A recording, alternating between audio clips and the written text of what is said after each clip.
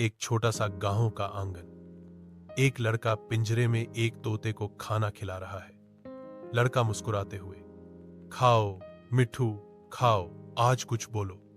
तोता चीं चीं करता है। शुभ प्रभात, शुभ प्रभात।